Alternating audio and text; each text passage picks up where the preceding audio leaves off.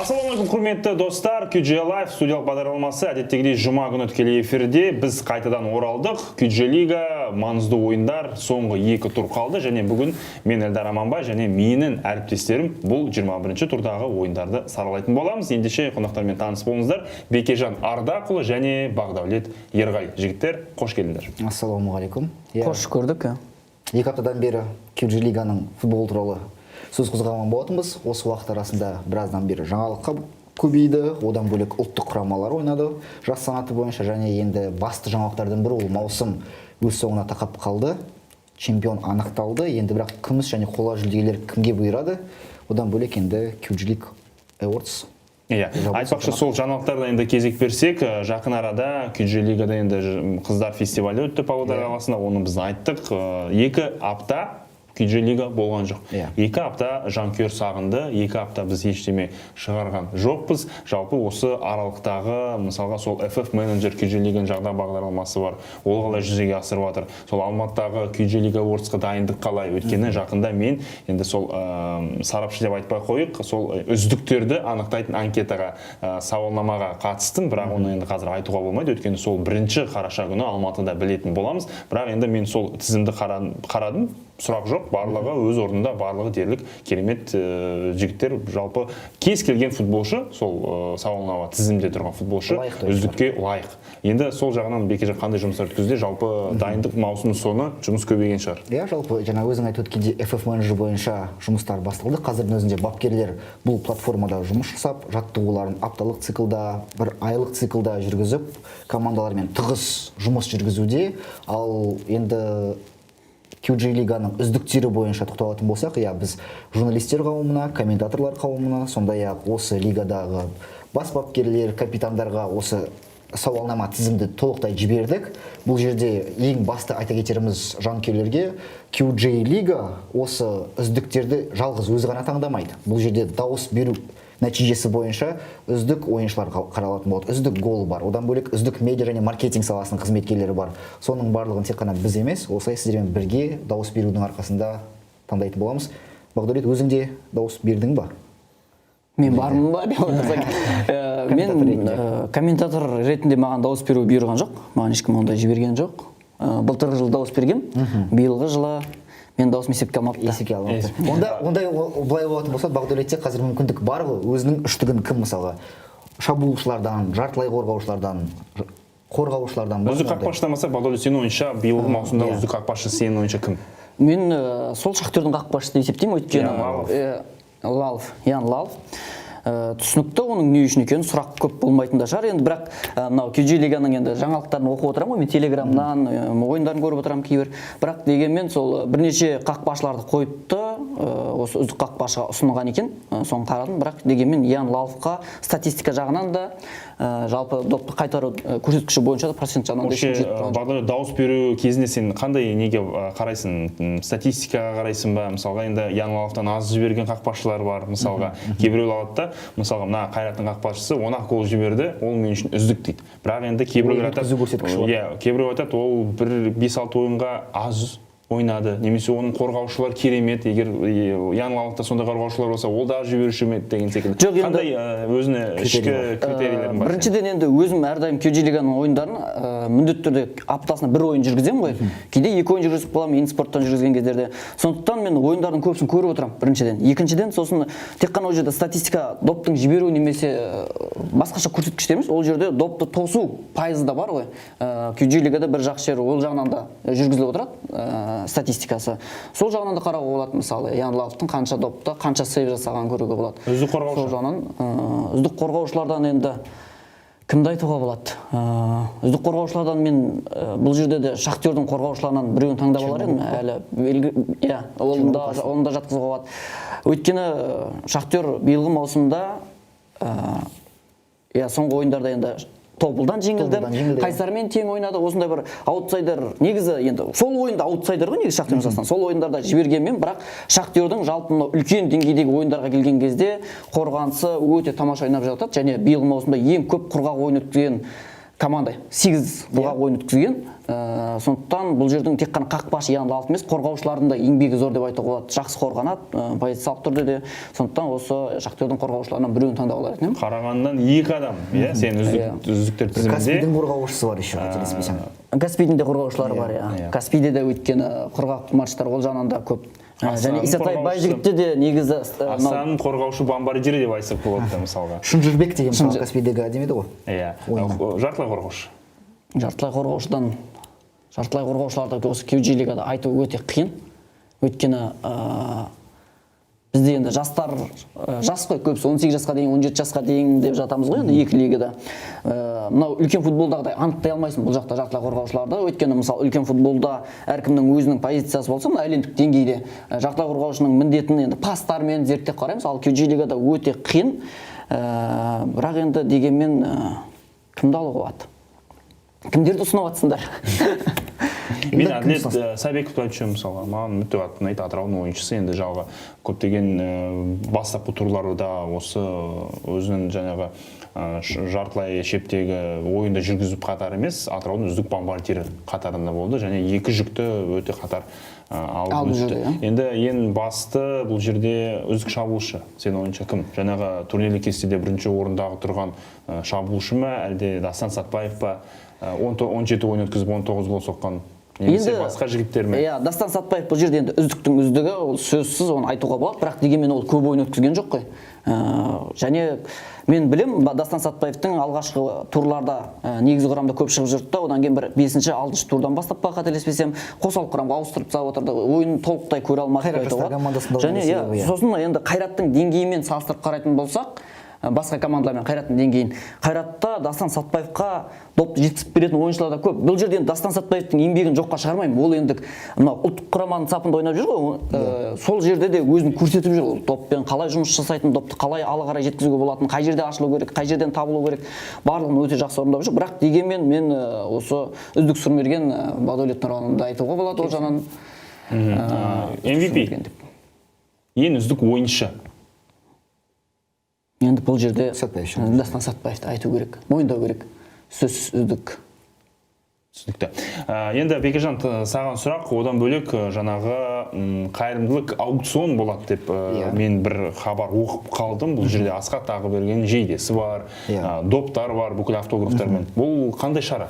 Не аясындағы шара? Жалпы енді біз маусым басында жалпы QG лига маркетинг саласында біразда бері түрлі компаниялармен келісімге келдік. Сол енді демеушілеріміздің бірі ол MasterCard компаниясы, қолдаушыларымыз. Осы MasterCard компаниясы бізбен мысалы Лионель Месси ойын жидесін бізге беріп, осы Лионель Месси жидесін біз осы аукционда ойнатуды шешім қабылдадық сондай.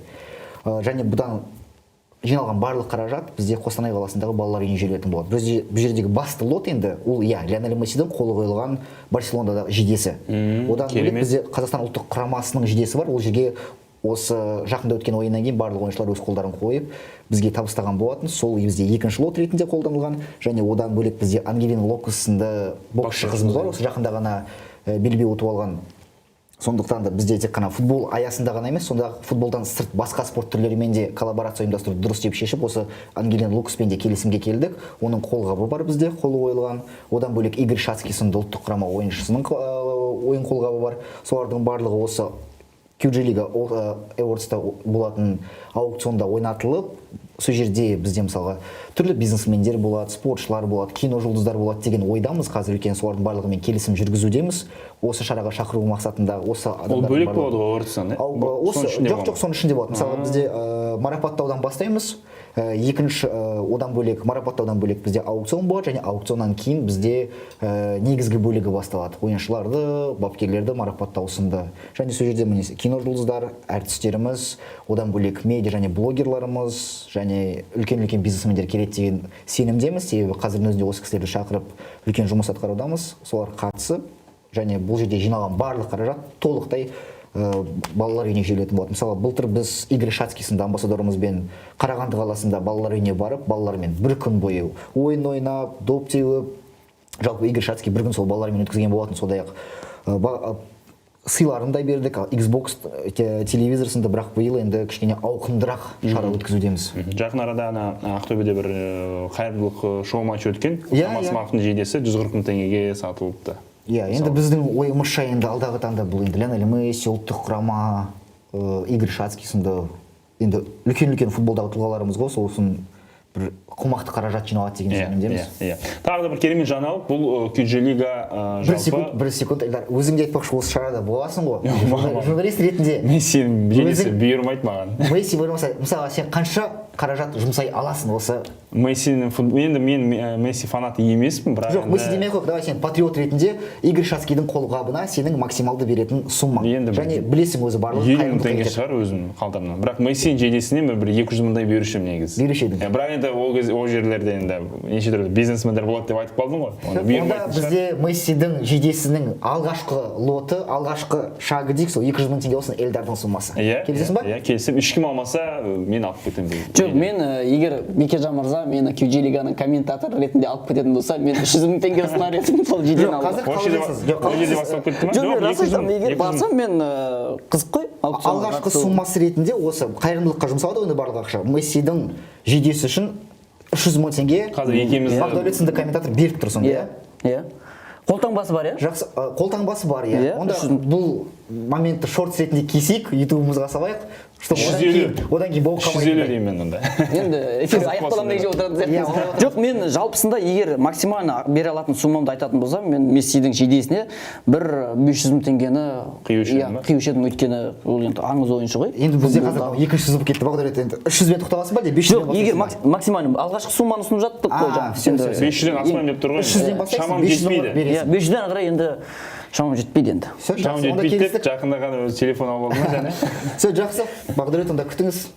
Келістік, сізді онда жабылу салтанатында күтеміз міндетті. Иә, бұйырса бар. Тағы да бір жаңалық, Бекежан, осы орайда Transfer Market сайтымен коллаборация, Transfer Market сайтына QG Лиганың енуі бұл қалай жалпы керемет жаңалық қой. Футбол сүйер қауымға керемет жаңалық. Футбол сүйетін жалпы фанаттар, жанкүйерлер, футболшылар Transfer Market десе барлығы біледі. Енді бұл жерде QG Лига. Қалай келіндер бұл келісім? Бұл жерде енді Huddle, Wisecout сынды бағдарламалармен бірге жұмыс жасаймыз. Одан бөлек біздің ойындардың егер трансляциясын көретін болса, барлық моменті негізі егжей-тегжейлі қарап шығуға болатын моменттер. Және әрбір ойыншының өзі жеке статистикасы бар. Және осындай статистика бола тұра, енді трансфер маркетті қолданбау енді ол үлкен қателік болатын шығар. Сол үшін QG Лига енді біз осы технологиялармен бір қадамда алға жүретін болсақ, біз осы трансфер маркетпен жұмыс істеуді дұрыс шешім деп қабылдадық. Және бұл жердегі ең бастысы ол біздің жасөспірімдерге үлкен мүмкіндік. Осы жерден оларды еуропалық командалар көреді, жалпы Қазақстандағы үлкен командалар көреді. Және осының арқасында олар жеке карьераларын, мансаптарын бастай алады деген сенімдеміз. Және біз оларға бастысы осындай мүмкіндік беруіміз керек.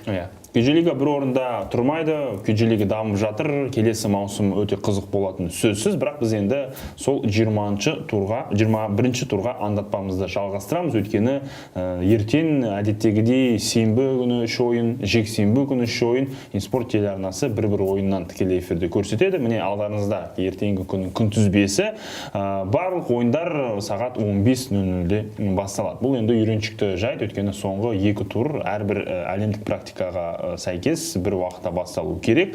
Ақсу Атырауды қабылдайды Павлодарда, Қайсар өз алаңында Қайраттан бір ұпай алғысы келетін шығар, бірақ енді алғашқы ойын есімізде ғой, қазір ол туралы айтамыз.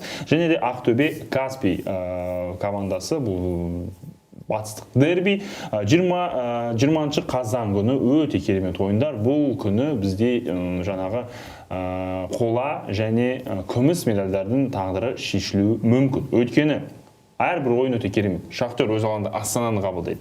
Жасқыран, Тарас және де барлығын аяғынан шалған Тобыл командасы өз алаңында Ордабасыны қабылдайды.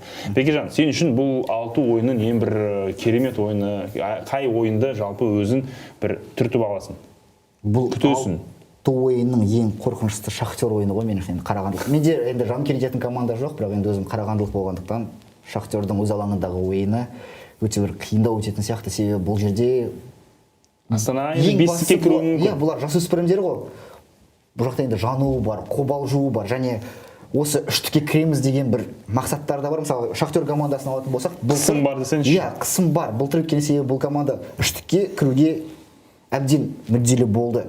Соңғы Жасқыранға қарсы ойында енді өз алаңында ойсырай ұтылып, барлық мүмкіндіктерін енді шашып алған болатын. Ал қазір олар екінші орында, бірақ турнир кестесіне қарайтын болсақ, Ордабасыда, Таразда 1 ұпай, 2 ұпай арасында жақын. Астанаға да жеңіс керек, өйткені Астана жеңсе 5-ші орынға көтеруге жақсы және мүмкін. Астананың соңғы ойындарын қарайтын болсақ, ойындары едеуір жақсарып қалған.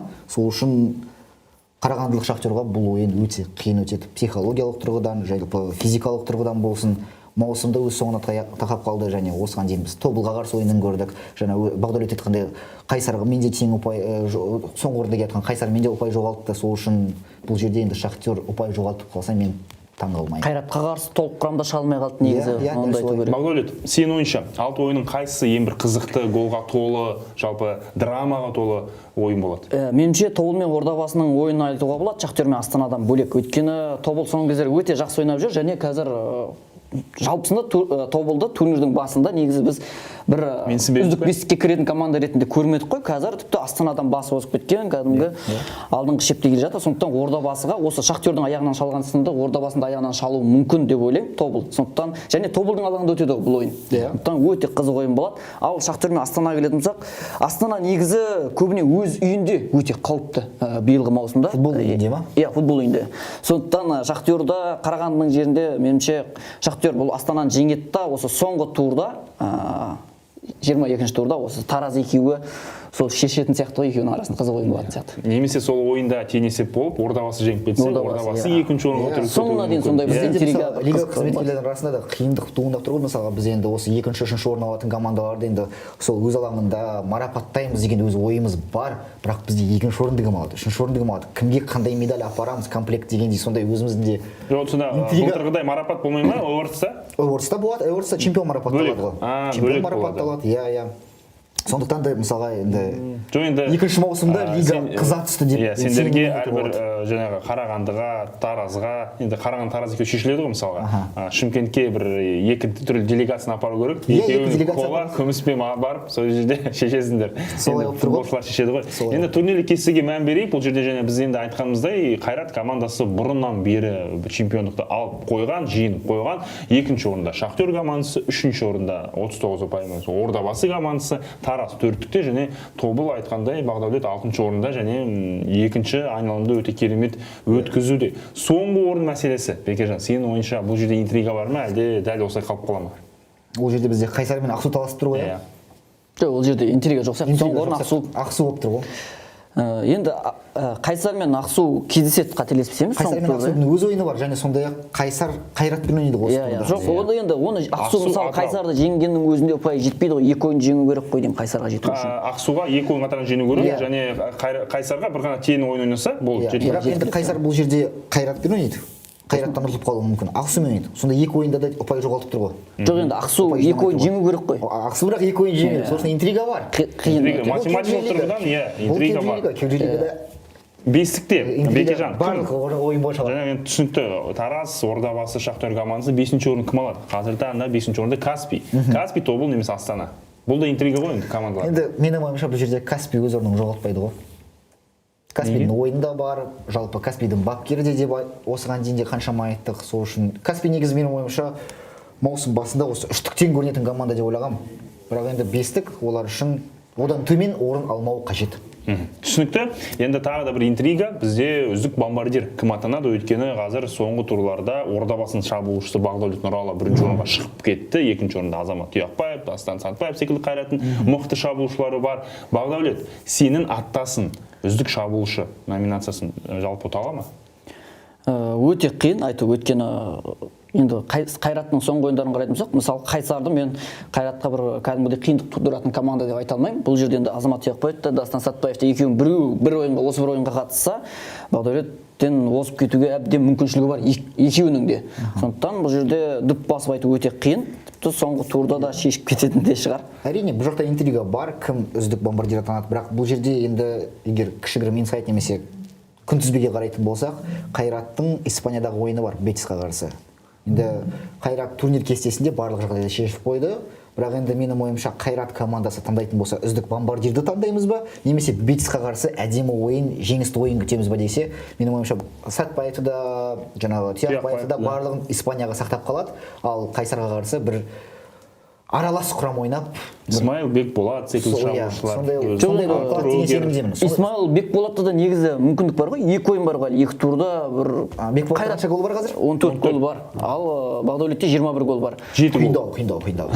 Қайрат енді бір ойында Қайсарға 10 гол салған команда.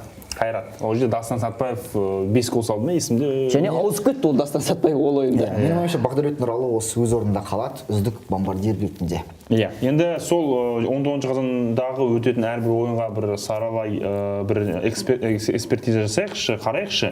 Ақсу Атырау ойыны. Бұл жерде енді Ақсуға да бұл ойын маңызды, Атырауға да бұл ойын маңызды. Өйткені екеуінде де өзі шешілмеген бір андай сұрақтары бар.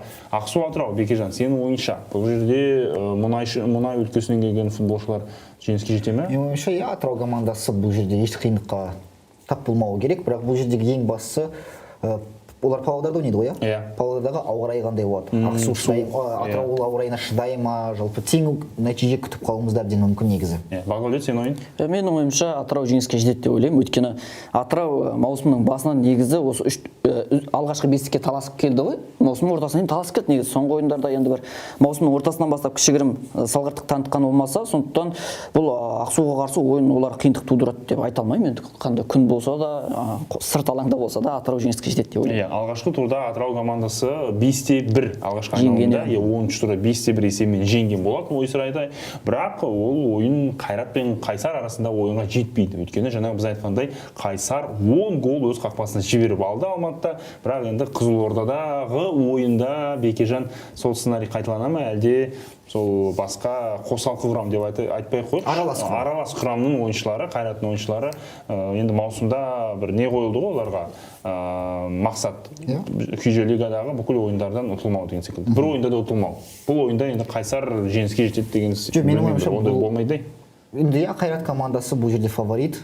Және бұл жерде осыған дейін айтып өткендей Күйжі лига, жасөспірімдер лигасының ойыны несімен қызық? Бұл жерде командалар бір маусымның ортасына қарай немесе өз барлық жағдайын шешіп қояды. Мысалы, бітті чемпиондықты шешіп қойды ма, одан кейін қой демаламыз, былай ойнаймыз деген жоқ. Бұлар жасөспірімдер, бұлар өздерін көрсету керек. Сол себепті де әр ойынға соңғы ойындай бұлар шығып дайындықпен келетін болады. Сол үшін Қайрат командасы да Қызылордаға тек жеңіс үшін барады, және сол жеңісті ұпайды еншілейді деген сенімдемін. Қайрат қанша гол соғады Бағдәулет? Сенің өлкенде, туған өлкенде, Қызылордада. Оны айту ауыр болады маған, Қайсарға қарсы қанша гол салады. Бірақ дегенмен енді білмеймін, енді Қайраттың Бетиске қарсы ойыны бар деп айтып отырғанмен, Қайраттың басқа командалардан ерекшелігі бұлардың мынау қосалқы құрамдағы ойыншыларының кәдімгі негізгі құрамдағы ойыншылармен айырмашылығы өте аз. Кем түспейді. Мысалы, жаңа Шахтерді айтып отырмын ғой, 1-2 ойыншы жоқ болса, кәдімгідей байқалып қалады. Мысалы, 2-ші орында келе жатқан команданың өзіне. Ал Қайратта ондай байқалмайды. Сондықтан Қайсарға біраз гол салып тастайтын сияқты, айқын айырмашылық жеңетін сияқты. Қайраттың екінші айналымдағы ең бір мықты ойыншылардың бірі ол шабуылшысы Исмаил Бекболат. Мысалы, қараңыздар, 17 ойын өткізген, 12-сін негізгі құрамда және сол 17 ойында 14 гол және 7 ассист берген екен. Ендеше енді қарасақ 14 пен 7-ні қоссақ 21 ма, кемінде 1 гол немесе 1 ассистен береді екен. Жалпы енді Қайсар командасында кімді атап өтуге болады? Бұл жерде әрине Дамир Мұрат, Дамир Мұрат кетіп қалды ғой. Жоқ, жалпы енді осы нені қарасақ, ойын саны 16 ойын өткізіп, 11 негізгі құрамда өткен, 7 және 4 гол кетсе де қазір өзінің командасының әрі үздік бомбардирі. Қазіргі таңда енді Қайсардың үздігі деп енді сөзсіз Дінмұхамед Рүстемді айтуға болады. Димашты, Белканы. Одан бөлек команда капитаны кім бізде? Шарабадин ғой. Шарабадин да өте әдемі мықты ойыншы, техникасы бар. Осы екі ойыншыдан бір нәрсе күтуге болады, бірақ енді екі ойыншы ауа райын шешпейді. Бірақ енді осы сұрақ, мықты ойыншылар бар, жалпы өз алаңында жақсы ойнайды, бапкері бәрі жақсы, бірақ неге 14 ұпай Бекежан? Не себеп деп ойлайсың? Қай жақтан жұмыс жасау керек? Психологиялық тұрда, физикалық тұрда, бірақ өйткені ойындарын қарасан, жақсы пас бере алады, тебе алады, бірақ білмеймін. Сәтсіздік. Енді бүкіл ойында сәтсіздік болмайды ғой. Ондай да болып тұрады. Ондай да бола ма? Ондай да болады. Күйжі лигада барлығы болады десеңші. Маусым бойы айтып келдім, Қайсарда тек қана сәтсіздіктің кесірінен жеңіліп келе жатыр деп. Соңғы ойын Ақтөбе Каспий бұл енді турдағы ең бір керемет ойындардың бірі. Өйткені бұл Батыс Қазақстан дерби. Алғашқы айналымда Каспий өз алаңында Ақтөбені 2-0 есебімен жеңді. Ал енді ақтөбеліктер өздерінің туған қаласында есе қайтаруға тырысады. Бағдәулет, сенің ойынша бұл ойын қалай өрбиді, қалай аяқталады? Бұл жерде де бір сенсация болады деп айта алмаймын. Өйткені Каспийға қазір ұпай өте қатты маңызды ғой. Бестікке кіру керек қалайда. Сондықтан Каспий енді бұл жерде барын салады. бапкерді енді білікті маман ғой. Сондықтан Ақтөбенің жерінде жеңіске жетеді деп ойлаймын Каспий. Ешқандай бір сенсация болады деп. Бекежан? Енді сөзсіз сен айттың, Каспий 5-ші орынға қалу керек деп. Ақтөбе үшін бұл маусым өте сәтсіз маусым. Сол үшін енді бірақ Ақтөбе не дегенмен ол еліміздегі футбол отанының бірі десек болады. Жанкүйерлердің қолдауы, жанкүйерлердің ойынға келуі, қызығушылығы және бұл ойыншылар осы жас кезінен бастап соның барлығын сезінеді. Өйткені Кюджи-лиганың ойындарына ультрас та келіп тұрады, жанкүйерлер де келіп тұрады, алға қарай қолдайды, командаларын жетелейді. Сол үшін Ақтөбе командасы бұл жерде енді маусымды сәтсіз өткізсе де громко хлопнуть дверью дейді ғой. Маусымды әдемі аяқтауы қажет. Сол үшін Каспий сөзсіз бестікке қазір таласып келуде, бірақ менің ойымша Ақтөбе бұл ойында енді жеңіліс таппау керек. Енді көреміз Қайсар Қайрат ойынын, мысалға сіздер ертең спорт телеарнасында 15:00-де көре аласыздар, және де 20 қазандағы өтетін ойындардың ішінде Тобыл Ордабасы біз осы ойында тікелей эфирде көрсетеміз. Әдеттегідей сол мысалға ертеңгі өтетін Қайсар Қайрат ойынның алдында бізде студиялық бағдарлама болады, және жалпы енді соңғы тур бойынша сұрақ, Бекежан, енді күнтізбеге әлі қарамадым, барлық ойындар бір уақытта басталады ма, әлде осылай бөліне ме тағы 2 күнге? Қателеспесем барлық ойындар бір уақытта басталу керек, және ең бастысы бұл жерде интригасы бар. Мысалы күміс үшін талас ол сөзсіз бір күні бір уақытта өтеді. 27 қазан күні ғой. Тараз бен Шымкенттегі ойын, мысалы ең қызықты ойынның бірі солар ғой.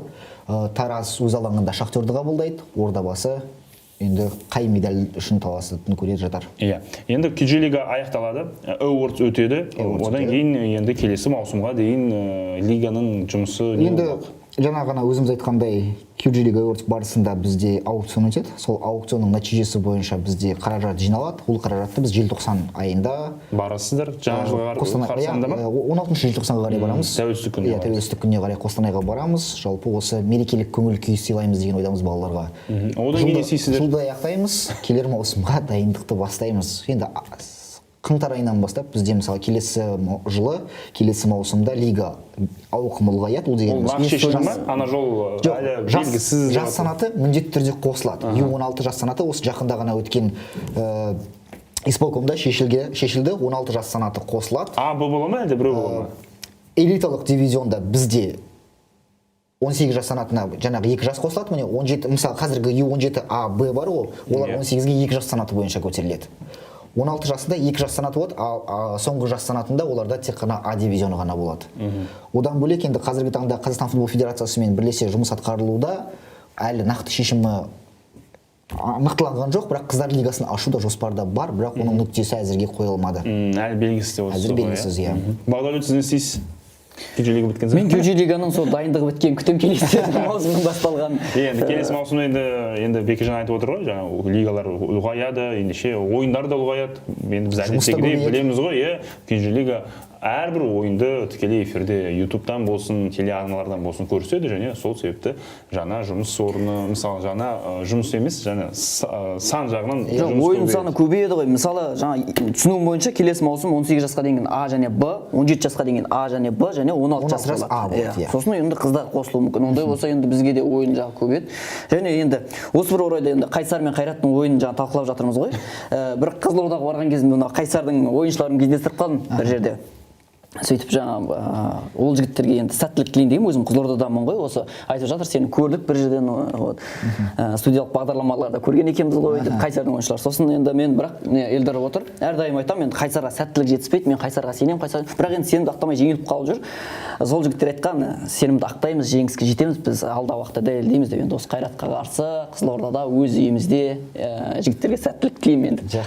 Сәлемдеме жолдағым келіп отыр. Керемет. Осындай сәлемдемемен біз бүгінгі бағдарламамызды аяқтаймыз. Құрметті көрермендер, Кюджи-лиганың бітуіне небәрі 2 тур қалды. Сол 2 тур ойындарын өте қызықты болады. Әрбір ойыны спорт телеарнасында және Кюджи-лига ТВ, Кюджи-лиг YouTube арналарынан тамашалаңыздар. Құрметті эксперттер, сіздерге рахмет. Осылайша біз бүгінгі студиялық бағдарламамызды аяқтаймыз. Қош, сау болыңыздар.